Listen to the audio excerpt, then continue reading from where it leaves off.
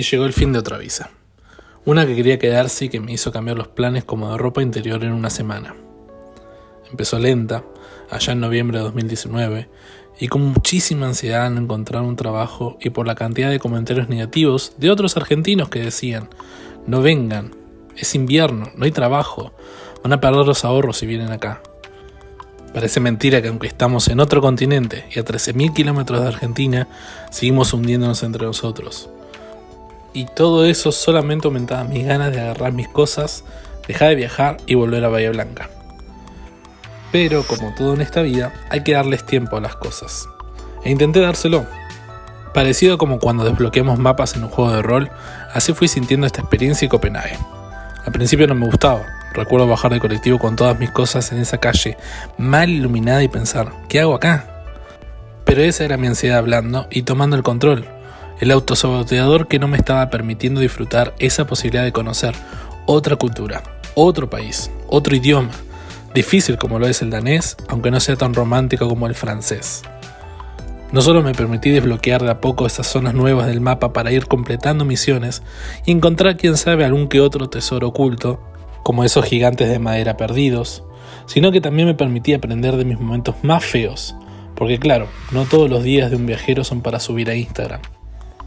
Fueron muchos los momentos los que usé para replantearme lo que estaba haciendo con mi vida y hacia dónde quería ir, ya que con 32 años y de profesión viajero, esa vocecita que resuena en el fondo de la cabeza y te pregunta: ¿toda tu vida vas a estar haciendo esto?, empieza a crecer más, y uno sabe que tarde o temprano hay que encontrarle la respuesta. Y también me replanteé personas. Aprendí que los amigos y las personas son temporales, y no significa que van a estar con nosotros durante todo el viaje. Por eso, tenemos que disfrutar de ellas mientras podamos. Algunos fueron coincidencias hermosas, pero también la falta de ellas hizo que haya más distancia en la relación, provocando algunos quiebres, y entendí que es natural, doloroso, pero natural. Pero esto lo pude ver con el tiempo, y porque me permití darme ese tiempo. Por otro lado, pude comenzar y terminar de enamorarme de Dinamarca al conocerla, al saber de ella para ser guía turístico, a recorrerla en bicicleta con la mochila de Wool en la espalda. Sí, un contador de más de 30 años haciendo de repartidor en el país escandinavo. Ese pensamiento hizo que varias tardes la voz de la ansiedad vuelva recargada y con más fuerza que nunca, y no me deje avanzar. Me llevó a preguntarme hacia dónde estaba dirigiéndome con todo lo que estaba haciendo, pero que cuando entendía que era temporal y me estaba haciendo bien a mí, no sé si en mi espalda, pero eso es otro cantar. Esa molesta voz pasó a un tercer o cuarto plano, y así, sin darme cuenta, pude desbloquear tantas zonas del mapa que pude ayudar a otros a desbloquear las suyas, a manera de devolver algo de lo hermoso que estaba viviendo y que me estaba dando Copenhague, para que esas voces negativas que todos tenemos en la cabeza se puedan callar con la ayuda a tiempo de alguien que ya lo vivió. Recorrí el país, cumplí sueños,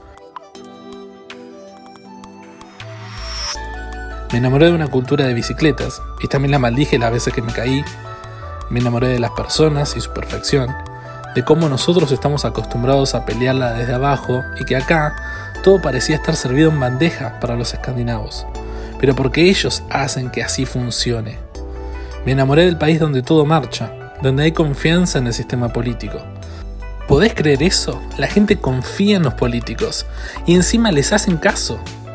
Donde en cualquier calle o avenida, en horario pico, no escuchás ni una sola bocina, ni aunque estés en el medio de la calle sin darte cuenta, sacándole una foto al atardecer. Con el tiempo fui comprendiendo el accionar de sus políticas y cómo el país recibe a tanta gente de afuera que quiere vivir en él, porque si bien la burocracia es una cagada para el que no es local, o incluso aún peor para los daneses, y los impuestos son altísimos, pero una vez que pasás esos filtros y tolerás los días grises, que son muchos, la falta de luz solar en invierno, y te acostumbras a ese idioma totalmente glotal, donde al menos intentás aprender lo básico para ser educado, empezás a tomar ese estilo de vida tan perfecto como parte de tu rutina, sin darte cuenta, porque instalarse y vivir en Dinamarca es muy fácil. Tan fácil al punto que cuando llega el final de una visa, lo extrañas y dilatás el tiempo al máximo posible, porque ya sentís a la ciudad como tu casa. Gracias Dinamarca por los amigos, por los abrazos, por esas calles solitarias en pandemia, por los sueños cumplidos y las oportunidades. Gracias por el crecimiento, por los días grises e interminables de invierno y por el sol eterno de verano. Gracias por desbloquear todas tus zonas a un argentino que disfrutaba de tus lagos, de tus espacios verdes incontables por todos lados, para solamente parar un segundo y disfrutar de un mate. Y si bien no tengo la respuesta para todas las preguntas que me planteo, al menos estoy seguro que estoy yendo en la dirección correcta. Gracias por el tiempo que me regalaste, Dinamarca. Hasta el próximo kilómetro.